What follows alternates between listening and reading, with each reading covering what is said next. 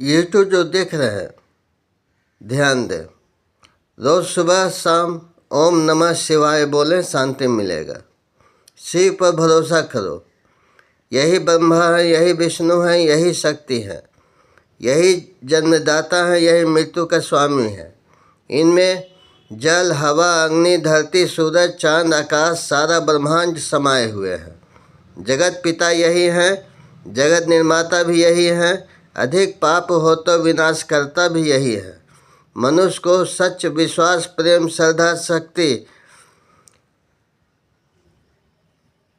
वचन, कर्म करने का सुविधा सभी दिए हैं। मनुष्य का कुछ नहीं है। मनुष्य को केवल कर्म करना है। धरती कर्म भूमि है।